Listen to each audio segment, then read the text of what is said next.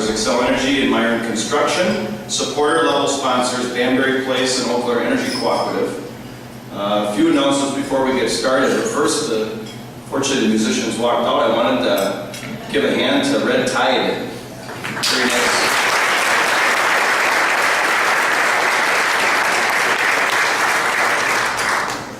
Okay, next month's Eggs and Issues is Friday, May 18th at the Chamber office. Topic will be tips and other fun facts about municipal finance, featuring Eau Claire City Finance Director Jay Winsens. That'll be a good one. Other Chamber events: the Working Mothers Luncheon, Thursday, May 10th.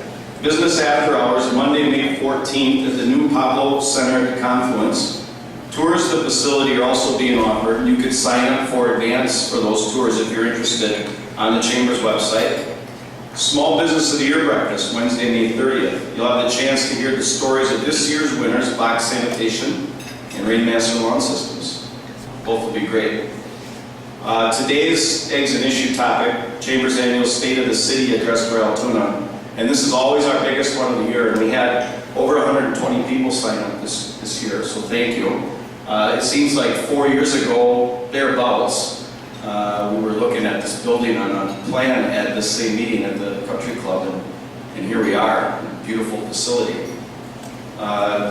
So if you've attended this at the annual meeting, you know that today's topic is especially timely. The City of Altoona was this year's winner of the Chamber's Community Development Award, so we're here on my right.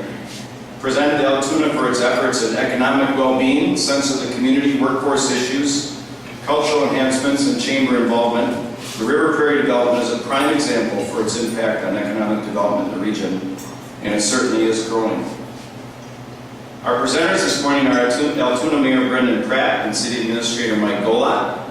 Brendan Pratt was first elected mayor in 2016, re-elected just this month. Previously served on the Altoona City Council. He's been a local realtor since 2005 as an agent at Coldwell Banker Bernizer Realty. Before moving to the area, he was Recreation Director at the City of Logan, Utah. Holds a bachelor and master's degree from Utah State University. Mike Golot has been City Administrator for Altoona since 2006. Before coming to Eau Claire, he held municipal administrative positions in Washington State and Alaska. So to begin our program, would you join me in welcoming Mayor Brendan Pratt?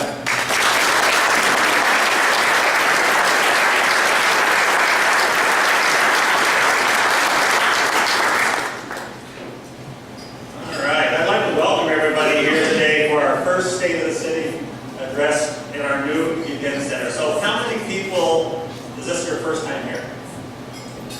How many of you parked illegally out here in our Yes. All right. I would also like to thank the Chamber for hosting this event this morning and being such a supportive organization for our community. So thank you, Chamber, and all that you do. I'd like to start off by having all our city employees, council people, stand up for a minute. These people are our backbone of our community. Without them, the city wouldn't be what it is today. So I want to personally thank each and every one of you. So thank you.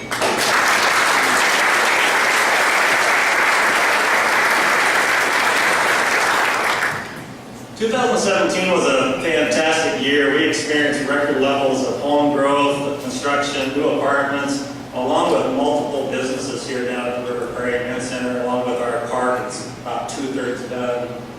So we're excited to see that come together. Lisa with Aaron Associates, she's been the leading force down here, so we can't thank Ayers and everything that Lisa's done for us, so thank you, Lisa.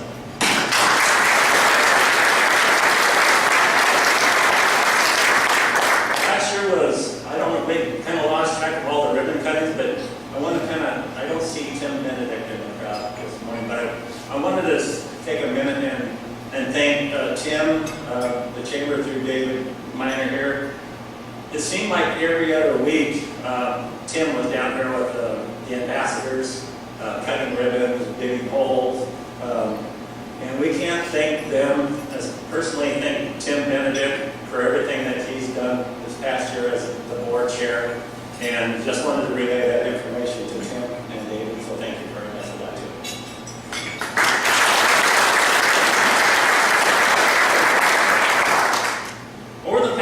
12 years, it's certainly been an adventure watching Altoona go from a point when I first started involved with the city. We struggled there for a while just to find enough money to make payroll to what the city is now, as one of the fastest growing cities in the state of Wisconsin. So with Mike came in about a year ahead of me, but through the past 12, 13 years, we've certainly seen the dark side and now the light side. So we're thankful for everybody's support in getting that to happen. But along with growth, there's always negative sides to growth. And I'd like to just take a few moments to address one critical need that I think Altoona is facing, and that is affordable housing. And it's not just Altoona, that it's across the nation. And Bruce King with Realtors Association can back me up. It's a critical need that many cities across the nation are facing for affordable housing. And as we talk about affordable housing, what does that really mean? The standard definition for affordable housing is that a person shouldn't spend more than 30% of their household income on a mortgage and utilities combined. So let's do some calculations. The median household income for Eau Claire metro area is $52,000. So if you take 30% of the $52,000, it gives you $15,600. Divided by 12 months is $1,300 a month, minus $200 roughly for utilities. Gives you about $1,100 a month for a mortgage payment. And then by using a simple mortgage calculator at the rate of 4.5% interest, not to exceed $1,100 a month payment, you're going to find that the highest priced home that you could afford is a $160,000 home.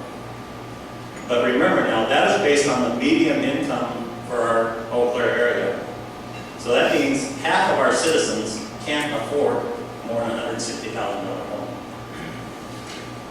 So now let's look at the current inventory levels in Altoona. Can anybody guess how many homes we have under 160,000 available right now?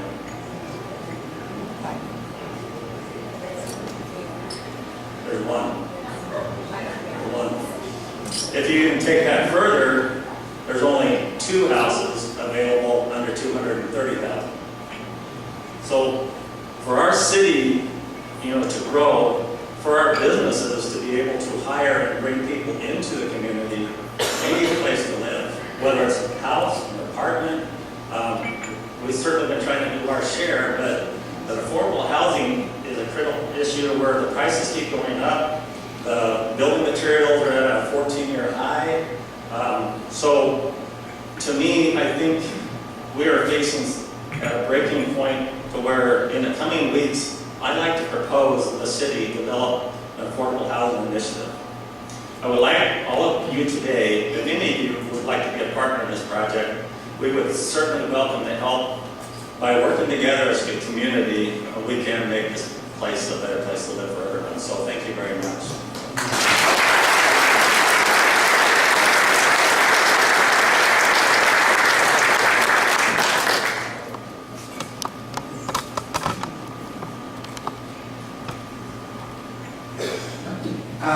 Thank you, Mayor, and I'm just really grateful that Scott set the level of this before I got up here. It's just perfect, Scott. Thank you. I have a few things I just want to talk about before I really get rolling on the main part of the presentation today. But as I was preparing for this, I came across this. This is something that Mike Schatz and I worked on a couple years ago. We gave a presentation, I think it was with the Alliance for Strong Communities, called How the Chippewa Valley Got Its Swagger Back. And I asked several people to provide lists of cool things that are contributing to that effort, and we made a word cloud.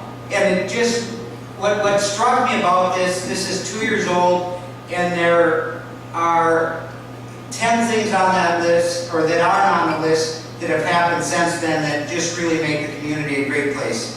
So, as the mayor said, it's just a great time to be in the Chippewa Valley and in Altoona. I want to set a couple rules before we start. The first is, I'm not going to take any questions about back-in parking. Now, yesterday we were having a perfectly good time here. I was speaking with Leadership Eau Claire. Everyone was having a nice time. And then someone had to ask the question. Now, they may be here today. I'm not going to mention their name and embarrass them, Paul Swartos. But we're not taking any questions about back-in parking today. There's plenty of nice parking out here, other parking lots. We're just not going to talk about that. I do want to recognize by name our council who provides such great leadership to the city. They've been committed. Most of them have been on the council for many years and have been a big part of what's brought Altoona to where it is today.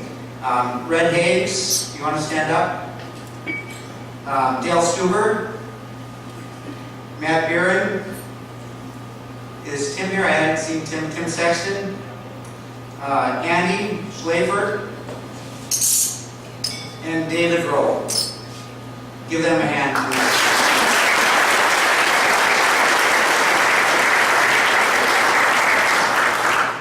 And then there are a few other people I wanted to recognize.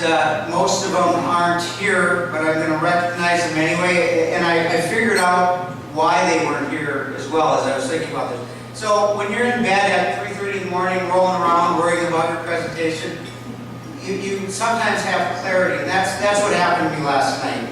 So a couple of people I wanted to recognize, and again, they're not here. I'm going to tell you why at the end here, but Mike Schatz. Mike Schatz is a good friend of mine. I hope to God he's out turkey hunting where I should be right now. But Mike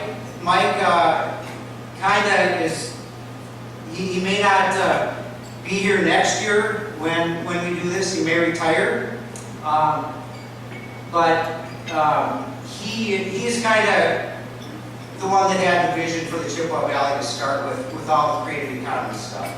And I wanted to recognize him. Now, as I was thinking about this last night, there was a common denominator that became apparent with all the people I'm going to talk about. Now, where does Mike Schatz live? Does anyone know?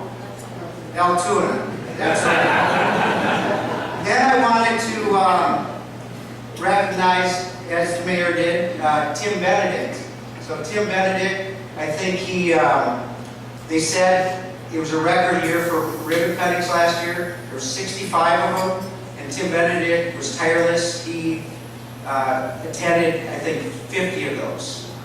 I even heard some of them were in Eau Claire. I don't know. So, where's Tim Benedict's business? Altoona. So then I wanted to, he's the outgoing president, so who's incoming? Does anyone know who the incoming president is? Laura Talley. Now where does Laura Talley live? Where is her business? Altoona. Not where she works, but she's got a lot of rentals here in Altoona. And finally, I wanted to recognize two more people. I thought Bob McCoy was going to be here today, but he couldn't make it. But I did have the opportunity last year to talk about all the tireless work that he did. He got some good accolades and good laughs at the banquet. That was a lot of fun.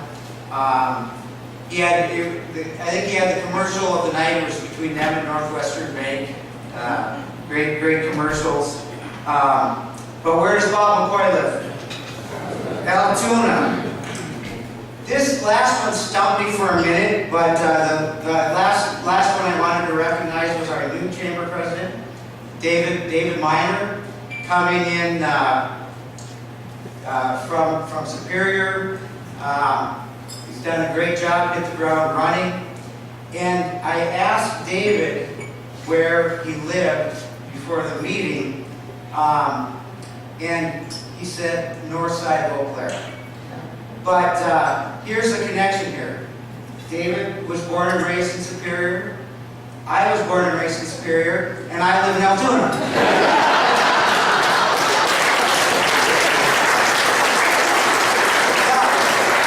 Now, what does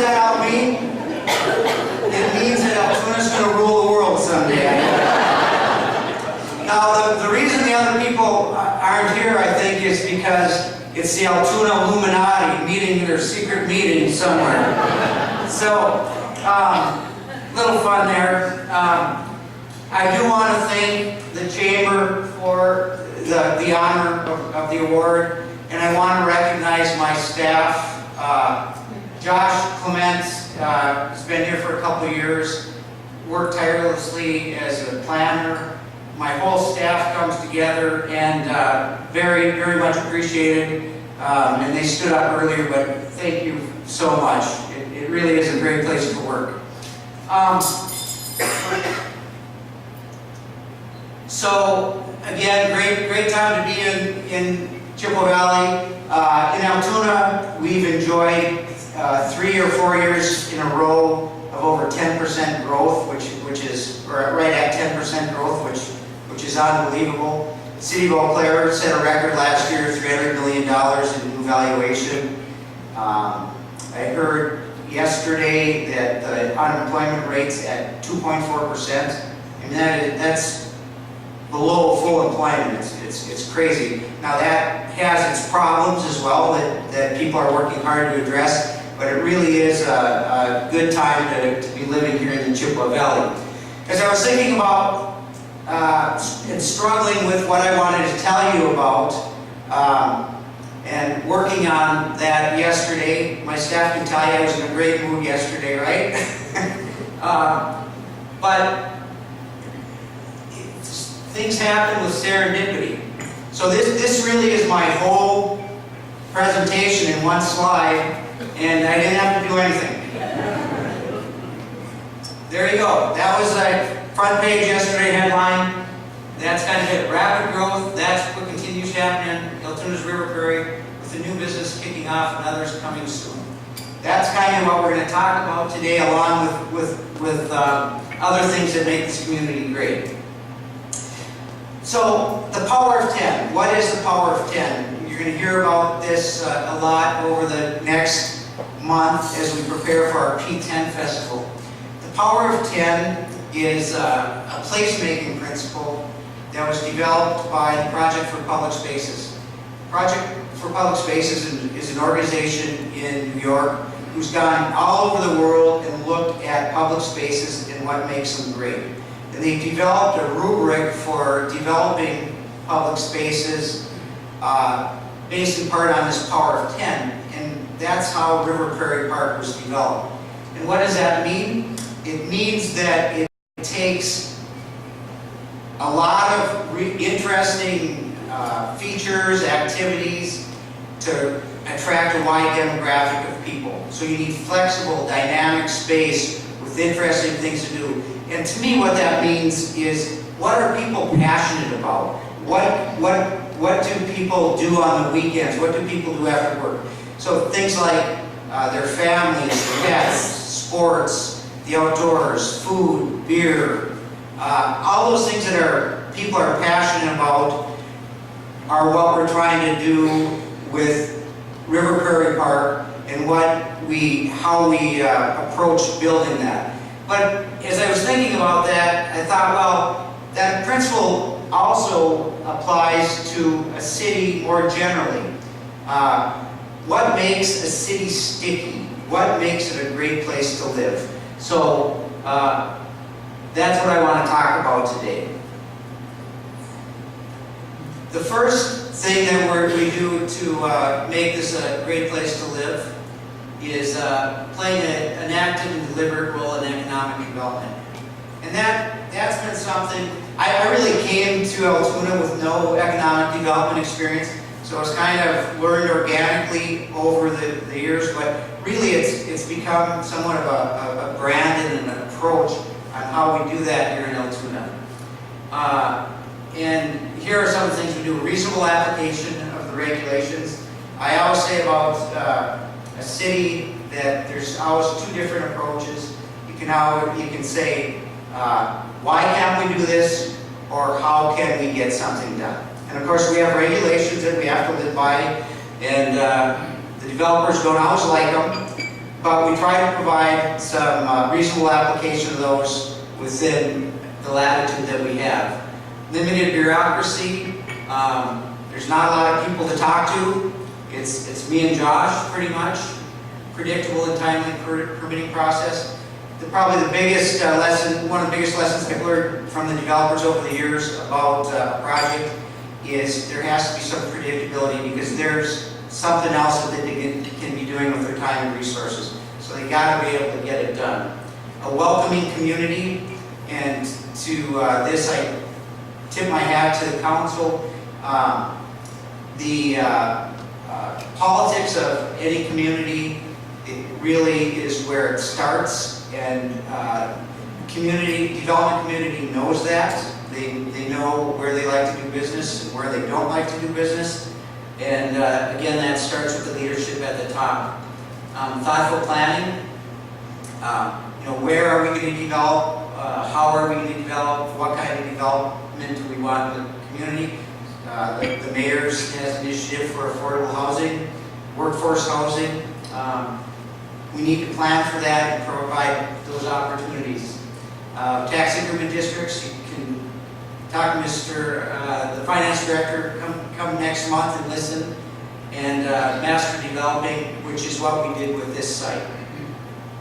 So over the past year, we've had a lot of new businesses in Altoona, most of them in River Prairie. Rooney Properties is busy working on Hillcrest along with C&M Homes, and they built some apartment buildings over there. River Prairie Center here, ZA 51, State Farm, Massage Envy, Prevea, another good partner, Cowboy Jacks. Our first microbrewery, Modicum, Prairie Place Apartments, and Little Minds Matter. Most notably, and there's a couple more, there's Wisconsin Credit Union and Northwestern Bank, they were on the slide last year, but what great partners the new businesses have been. We've got a lot going on. We've got sponsorship opportunities with the park and events at River Prairie, and music in the park this summer, and the businesses have already been just great corporate citizens, and I want to thank them for that. Coming in 2018, very excited. We got the groundbreaking over here for 44 North. It's a gastropub and with games, so you can bring the kids there, and they can play games and have a nice meal. It's going to be overlooking the amphitheater and the park. It's going to have a rooftop patio, outside patio. Physicians Weight Loss Clinic is open over here. City Building CrossFit, River Prairie will be in there. Oral Surgery Associates across the way by Oakleaf, and Cabin Coffee, which will be right behind Quick Trip. So we keep rolling, and it's really exciting. We have interest on other lots here as well. Whoops. What's happening? So here's an overview of River Prairie, and we have about 9 building sites left. We've got interest in about 3 of them right now. We encourage you to come and talk to us if you're interested in it. The ZA 51 building has some lease space available. I toured that during the ribbon cutting. Very beautiful space. So please do come and talk to us, or our realtor, Dean Larson, if you're interested. The second thing we're doing to make this community a great place is focusing on our natural assets. We've got some projects going on, partnering with Pheasants Forever on a pollinator plot in River Prairie that will have an educational component to it. Also with the DNR, this isn't up there, but with the DNR, I'm putting up Martin houses in River Prairie. Partnering with Gaylord Hills Audubon Society to do some birding along with and education with our D10 Festival coming up. We were just designated as a Bird City, Wisconsin, and thanks to Roy for his work on that. We partnered with Excel on an osprey nesting platform down by the pond in the lower park, and provided access to the Eau Claire River. We just have a couple of images. There's our osprey nest. It's up there about 70 feet. Every day we're checking to see if there's an osprey there. And then access to the river at canoe and kayak landing. This was something that when we did our planning that we referred to as a game changer. I think it's akin to how the tubers now use the Chippewa River. I think now that we have reasonable access to the Eau Claire River, which is a beautiful resource right through the hearts of both Eau Claire and Altoona, that starts at a beautiful park, ends at a beautiful park. I think that that's going to catch on really quickly. And last year, there were lots of people down there, and I think more and more. We're going to have a little bit of education on that during our P10 festival. Number 3 is collaborating with our neighbors. That's something that's always been important to council, something we do on a daily basis in a lot of different areas. But over the past year, there's 2 things in particular that I want to talk about. One is the Circles of Change initiative through UW Eau Claire. That's inclusivity and diversity initiative that they provided training to, I think a couple hundred people that resulted in action items and initiatives in the community to make this a more welcoming community for people of color in particular. Also, we worked with Rebecca Ryan, who's a futurist in Wisconsin, on the Chippewa Valley Future Region kickoff meeting. That was an initiative of Eau Claire County, City of Eau Claire, and City of Altoona. We brought together about 130, 140 people from all over the community, not the usual suspects, to talk about the creative economy. There's been a lot of organic growth in that area, but it was kind of what are we missing and what can we do to continue to propel the creative economy forward, because it really has been that driving force that's lifted us all up over the past several years. Number 4 thing we can do, planning for the future. Since getting Josh on board, we have a real dyed-in-the-wool planner instead of a hack like me that did it for about 10 years. And he's embarked on parks planning, comprehensive planning, economic development planning, and he's starting to work on housing. And it's been great to have Josh on board. And again, to succeed in the community, you have to plan. And we're at a critical juncture right now. We see the light at the end of the tunnel for River Prairie. So in terms of growth and economic development, what's our next move? We've had some discussions with an ad hoc work group over the past year and a half, and obviously we have to move south and east, and there's been some annexation of property in that direction and some proposed projects. But also we want to focus more on our downtown. The barbershop building recently sold down there, and I think there's some big plans for that building, which is exciting. And hopefully that will spark some more interest after Rumps got down there. There's just a lot of people in downtown, and we want to revitalize that. Investing in infrastructure. You'll never hear, I think, For the Love of Cities author says, you'll never hear someone say that they live somewhere because the sewer's great or the water system's great, but you sure do hear about it when it's not there. And when the roads are terrible, you sure do hear about it. So the council has made a very deliberate decision to invest more money in infrastructure over the next couple of years. And it's always a catch-up game for cities, but it's very much a priority and important to our mission. Number 6, keeping our community safe. We've done it, we're recognized by the National Council for Homeland Safety and Security as the 11th safest city in Wisconsin. keep moving up on that list based on the metrics and statistics that they look at. We hired a full-time fire chief last year. Mark is here. Mark and Jessica are both right in front here. Already a lot of very positive changes within the fire department. We've gone to a on-call system to assure that we have 24-hour coverage. We were having some struggles with our EMS getting full response, but we're almost at 100% now. That's not to say that anyone ever that was in trouble didn't get responded to, because our partners in Eau Claire always respond with the fire department and their ambulance, and that's been another great partnership that we've been working on.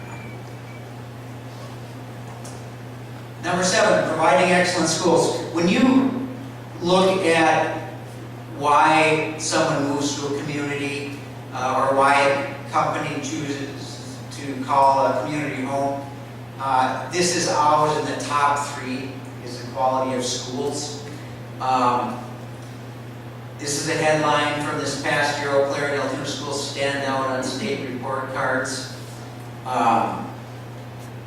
This is something that I'm really proud of. You know that we passed a referendum about 4 years ago and built a new elementary school. They were busting at the seams, and the community stepped up and said that's important. And now we have the capacity. There's several school officials in the room right now. They're doing a great job. We've got 2 kids in the system, and it's just been a real positive experience the whole time. And the results kind of speak for themselves. So on our report card last year, we were at 78.4%. Compared to 73.6 for Eau Claire, which is excellent. They're both very, very excellent. And I think our middle school was actually 5 stars, which is way exceeds expectations. And the ACT score, the state average is 20. Altoona is 21.48. Eau Claire edges us out a little bit there at 21.60. Then you can see Menominee and Chippewa. That little bit of average difference reflects a huge performance advantage, and something that we all should be very proud of, and again, something that contributes to that quality of life in our community and attracts people here. Number 8, keeping our financial house in order. There's Tina. Tina waves so everyone sees where you are. Loves that. Our finance director, Tina, has done a good job, but without solid finances, just like any other business, things don't work. And we've been in a good position. We've had land sale revenue that we've been able to put away. Our bond rating has been really good. We've been able to get good bond rates. We're in a little bit of an interesting position right now with respect to having about 30% of our valuation tied up in tax increment districts. So we have, I think this tax increment districts, what's the valuation? 210 million, 230 million?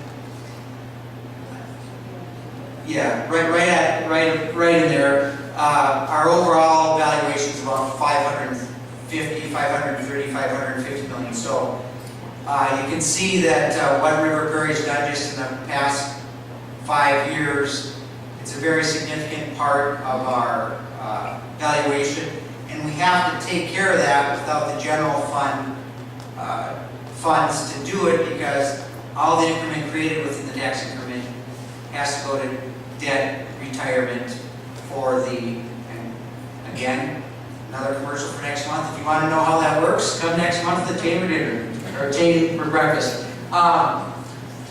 But luckily, we've had very significant TID outgrowth as well. Hillcrest development and other residential and commercial development along the Highway 12 corridor that's kept us so that we've been able to hire enough personnel just to kind of keep ahead of it. That's been kind of a balancing act, and the council has provided good direction, and Tina's done a good job. Number 9 is engaging our citizens. Roy came on board a couple of years ago, year and a half ago, I believe, and took our social media to a new level. We've launched a lot of new sites over the past year that shows our sites, but we've done River Prairie Center, River Prairie, and P10 Festival recently. So please like and share. But very engaged citizenry on that. Number 10 is fostering an industrious and fulfilled workforce. We recently did a workplace survey to all of our employees, and by and large, it came back incredibly positive about the work environment. Oftentimes when I talk to people, we look outwardly at what's happening in the city, but as the mayor said, without these people, without them finding their work meaningful, without them going the extra mile, it doesn't work. And I just want to say how grateful I am for my team and for everything that you do. We really have a lot of fun, and they're always there to do whatever needs to be done. I know I said power of 10, but we're going to have to go one more because there's just one more to go. Promoting and investing in quality of life. This is kind of what we've been focused on for the past several years, and really what the Chippewa Valley has been focused on, and what I think again has risen the tide for all industry within the Chippewa Valley, attracted talents, attracted businesses. But some of the things we're working on are parks, trails, public art, placemaking, festivalization, and the River Prairie Center. So parks, we have a couple initiatives this year. One, of course, is finishing River Prairie Park proper. The other is a complete remodel of Debney Park, which is located kind of over by Mega Holiday gas station. Again, council recognizes that providing quality of recreational opportunities for their citizenry makes the community attractive for others that want to live and invest here, and businesses that want to locate here. Trails, there's the trail down by the river. This trail is going to be built around all 4 quadrants this summer, so it'll be about a 5K loop. You can walk. There will be a beautiful section on the other side through the woods as well. It'll go under the River Prairie Bridge, up around Woodman's, and cross there, and just be another great asset to the community. We're also working on the KB Trail, doing the first phase of that out to city limits.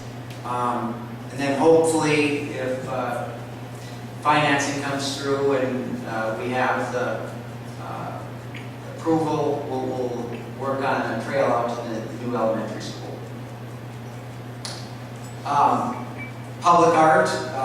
Public art has been an initiative of council and this park in particular. You can see we've got the rail trees out there. This is actually installation that's going to be going in at the headwaters of the Fen area of River Prairie, the stream, within the next few weeks. It's about 16 to 20 feet high. It'll be over a bridge, and I think it'll be a real centerpiece for the park as people walk in. And that's a group out of Milwaukee called Design Fugitives that's working on that. River Prairie Treehouse.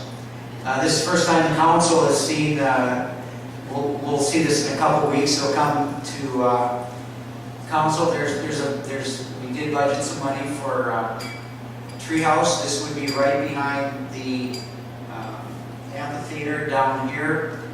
This is just one design. They're going to look at a few different designs, but something very unique to the area. There's some other jurisdictions that are doing this.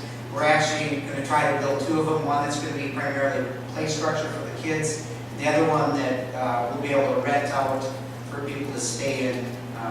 Another place-making thing that will make our area unique. Here's something that we put up last week. We've got, I think, let's see, 1, 2, 3, 4, 5 outdoor wedding venues in River Prairie Park. This is a fun one. It's got our bird logo painted on it. It's down by the pond, but another small, intimate, beautiful place for people to have an outdoor wedding. River Prairie Center, what you're sitting on, sitting today. This has been pretty amazing. We took somewhat of a leap of faith when we decided to build this building. We took a leap of faith when we partnered with Kingpin Management. But I think we have, in Kirsten's back, what do we have, 38 weddings booked here for this year? 42 now. 42. So we have 42 weddings booked here, along with, I don't know how many corporate functions. Yesterday we had five different functions in this building. So it's busy, and the idea is we conceived this, and there was a great debate on council about this, because it's a new business to the city, obviously. But my feeling was, we didn't want to build a beautiful park and then not being able to take care of it. So this provides a revenue source to be able to program the park and maintain the park over time. So couldn't be happier with our partners in Kingpin and with the interest that you've all, community members, have shown. And finally, festivalization. And I'll just talk about kind of the fun things. Eau Claire is obviously way ahead of us on this, but it's fun now that we have our own space that we can start programming. We've got Rockin' on the Rivers. That was a mayoral initiative. Wednesdays, every Wednesday night, June through August, we'll have food trucks down here, probably some farmers market stuff, and a band every week. The mayor found sponsors for each of those nights. Again, many of you are in the audience. Thank you so much for that, and please bring your family down on Wednesday nights. Cinder City Days, June 8th through 9th. We're going to have Diamond Rio concert here on June 9th. That's going to be kind of the first big test of the capacity of the amphitheater and parking and logistics. But come on down, and during Cinder City Days last year, they had a national country act, and it was really fun and very successful. And finally, the P10 Festival, May 12th. And again, P10 is that power of 10, and the tagline and the mantra of the festival is everything you love about living in the Chippewa Valley. So it's going to be a very jam-packed day. In this building, we're going to have educational seminars on things like bike maintenance, maple syrup making, foraging for mushrooms, all kinds of hobby, interesting things. Outside here, we'll have an art fair, farmer's market. We're going to have a dog show. We're going to have a spoken word thing. We partnered with BJ Hollers on that. We're going to have a music stage in the evening down at the amphitheater. We're going to have comedy, dance. We're going to have a coup tournament, badminton tournament, cribbage tournament. It's going to be a jam-packed day. Please put on your calendar. And With that, stay tuned for more from Altoona, and thank you for your time, and thank you for coming today.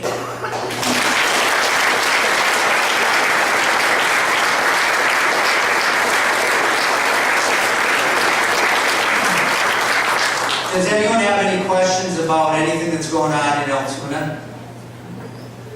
I love it when there's no questions. Oh, there's one guy. No question, I just want to take time, we won't make the internet, but I want to thank Jesse and the fire chief for all their work and support. All right, thank you.